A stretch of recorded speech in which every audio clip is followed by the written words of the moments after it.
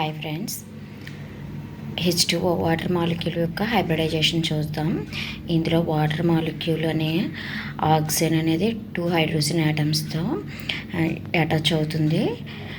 ఇక్కడ ఆక్సిజన్ అనేది central atom. Oxygen యొక్క అటామిక్ నెంబర్ వచ్చేసి 8.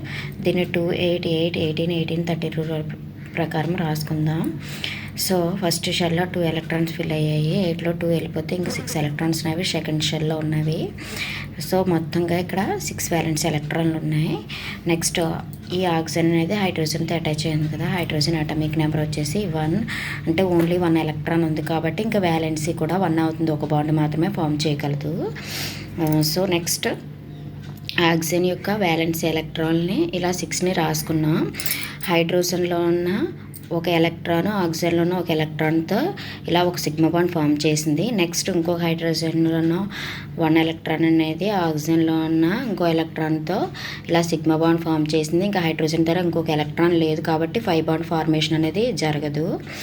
నెక్స్ట్ ఇంకా ఆక్సిజన్లో 4 ఎలక్ట్రాన్లు మిగిలిపోయాయి. అందులో 2 ఎలక్ట్రాన్ ఇలా లోన్ పేరుగా ఇంకో 2 ఎలక్ట్రాన్ ఇలా లోన్ పేరుగా ఉండడం జరుగుతుంది. లోన్ పేరు అంటే does not participate in bond formation, అంటే ఏ ఎలక్ట్రాన్ బాండ్లో ఫామ్ చేయవో వాటిని లోన్ పేర్స్గా చెప్తాము. అంటే మొత్తంగా ఇక్కడ 2 సిగ్మా బాండ్స్ 2 లోన్ పేర్స్ ఉన్నాయి. సో 2 + 2 4 హైబ్రిడ్ ఆర్బిటాల్స్ ఫామ్ అవ్వడం జరుగుతుంది.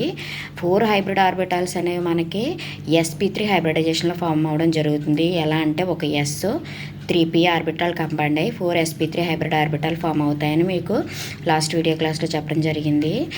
సో ఇక్కడ 4 హైబ్రిడ్ ఆర్బిటాల్స్ అనగానే మీకు sp3 హైబ్రిడైజేషన్ అని ఈజీగా గుర్తుకు రావాలి.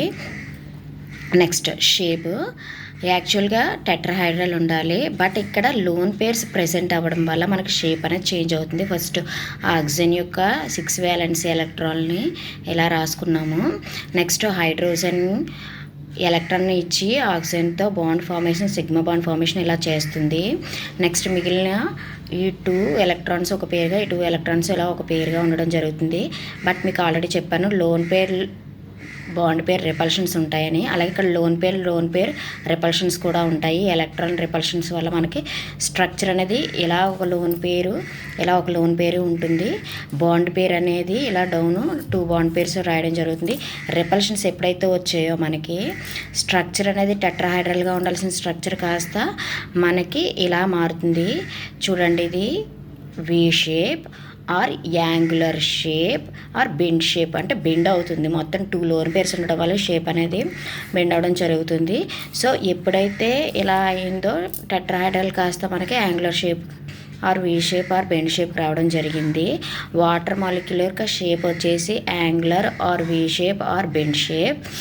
బాండ్ యాంగిల్ 109 degrees 28 minutesగా ఉండాల్సిన బాండ్ యాంగిల్ ఎప్పుడైతే ఈ లోన్ పేర్స్ ఉన్నాయో ఈ లోన్ పేర్స్ బాండ్ పేర్స్ కంటే స్ట్రాంగ్ అనమాట. సో ఇవి ఎక్కువ స్పేస్ను ఆక్యుపై చేస్తాయి. ఎప్పుడైతే ఎక్కువ స్పేస్ ఆక్యుపై చేస్తాయి ఇవి దగ్గరికి మూవ్ అవడం జరుగుతుంది. సో యాంగిల్ అనేది 109 degrees నుంచి 104 degreesకి తగ్గడం జరుగుతుంది.